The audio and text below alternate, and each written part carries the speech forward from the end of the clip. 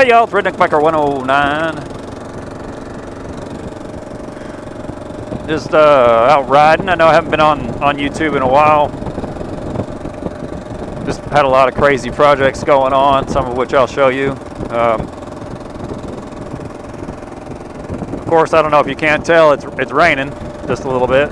So, and of course I left my rain gear at home. And my life's a little bit disorganized at the moment because I just, prior to the last vlog, which is, like I said, it's been a while, I sold my home, bought another home, and the new house doesn't have a garage at all. I mean, not even a one car. It's a 1929 Craftsman that's, you know, sits on acre land. It's a really kind of, you know, like everybody else in America seems to be downsizing, and we're downsizing for two purposes. One, just because it's simpler, and you know, it's just three of us in my household, so we don't need a lot of space. We need a lot less than what we had, and we actually found this house. So I saw some guy working on it and went up there and knocked on the door and see if he wanted to sell it. Lo and behold, he did. So now we own it. Even at that time that I knocked on the door, our house wasn't even for sale. So I sold my house in about 3 days. So it was pretty good. So I've been in the process of building a garage. It's a two-car garage technically. It's got a garage door on it. It's 30 feet by 30 feet. And I'm doing it all myself. I did hire a handyman at one point to help me do some of the framing, just for the purpose of my wife's not strong enough to help me lift 30-foot walls that are 9 feet tall. So,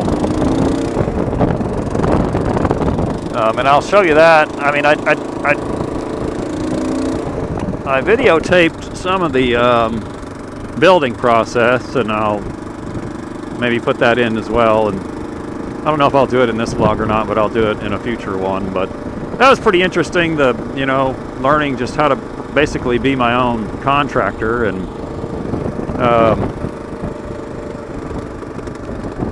well, I can't really see with that visor down. And so that was an interesting process. And the reason I built it myself is I went to a couple local builders and got quotes for what it would cost, and it was outrageous. And I thought, man, $50,000 for a garage? You know, that's crazy. And so, you know, when it's all said and done with, I'm gonna have built it for about $16,000, and like I said, I'll show you. So you know, it's like I said, it's a neat process. I didn't videotape the whole process, but a lot of it. So I mean, there's so many framing videos on YouTube. I'm not going to show you all that stuff. That'd be, you know, kind of redundant. And just a big shout out to Drift Innovation and their cameras. One of the things that I was doing was I was filming them pour the concrete slab, and I got a little too close to the pour, and the concrete knocked the camera right out of my hand, and I submerged the camera in about 4.5 feet of concrete, you know, which included the slab and the footings. And I thought, son of a bitch, I just literally flushed a couple $100 of my camera down the drain, not to mention the card and, you know, batteries. And I was just like, son of a bitch. Well, the concrete guys watched me struggle with it, and then they reached in and helped me, and we found the camera. And it was probably submerged in the concrete without the waterproof back on it for about, oh, I'd say a good 15-20 seconds, you know.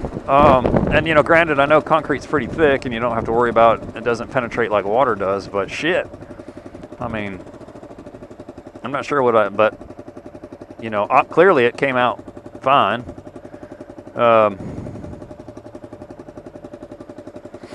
So there's that, and then so work's been crazy and just been busy, working crazy amounts of overtime, and generally just getting life getting in the way of YouTube, which clearly life is more important than YouTube is, I guess, unless that's the way you make your living, but I don't. So but yeah, it's raining. It's the 4th of July weekend. Not too many stupid people out. It's a Sunday night. It's a Sunday before 4th of July.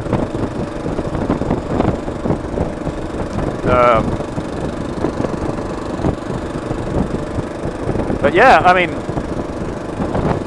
so life's been pretty good. Thank you for all the recent followers. I had a couple new followers and some activity on some of my other videos, and I appreciate that, and the questions and stuff.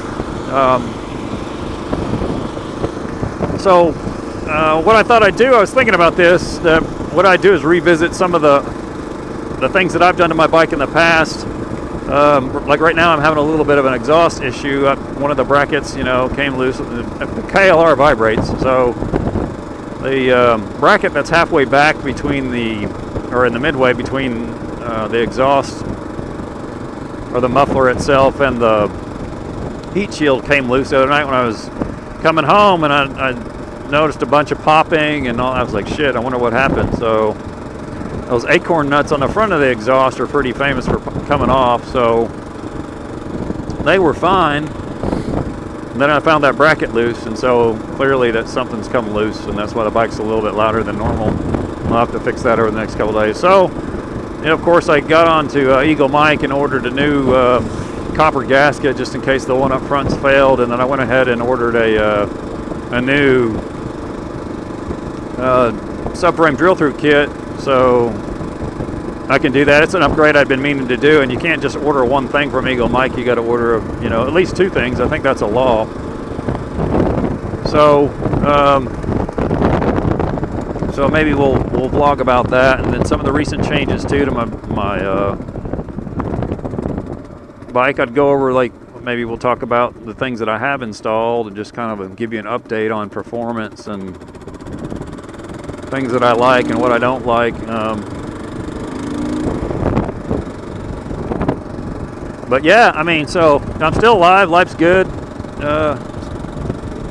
Having a great time riding when I do get the chance to. Like I said, my bike was in storage, which I did not like that at all.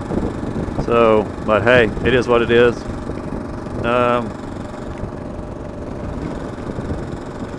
So yeah, so if you have any ideas and things that, like, I'm probably this year toward Christmas time, probably looking at doing a full Cogent suspension upgrade.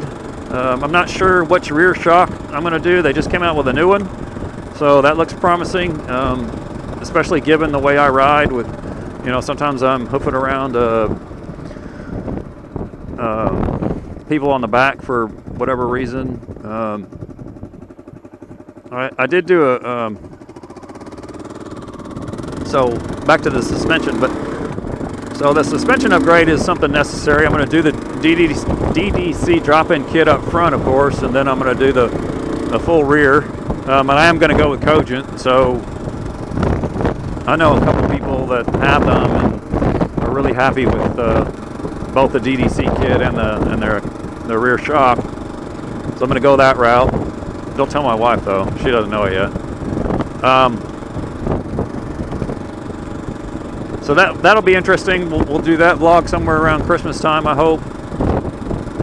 Unless I, get rich between now and then. But that's pretty much it. Just kind of an update of what's going on. Big shout out to all the people riding KLRs out there. I know we get those fucktards on ADV riders sometimes like to think that a KLR is not a real motorcycle, but they just don't know what they're missing, and we'll just keep it a secret. So, and thanks for tuning in. Thanks for watching, and be safe out there on the road, you rednecks.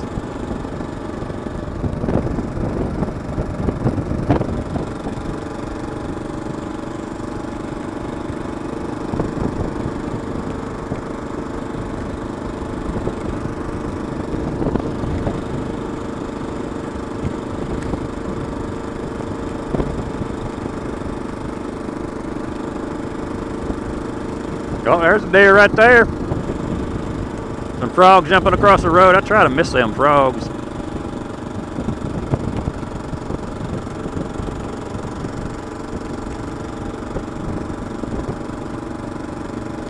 Oh, there's another frog. I try to miss him. Oh, I think I might have got him. Dadgummit.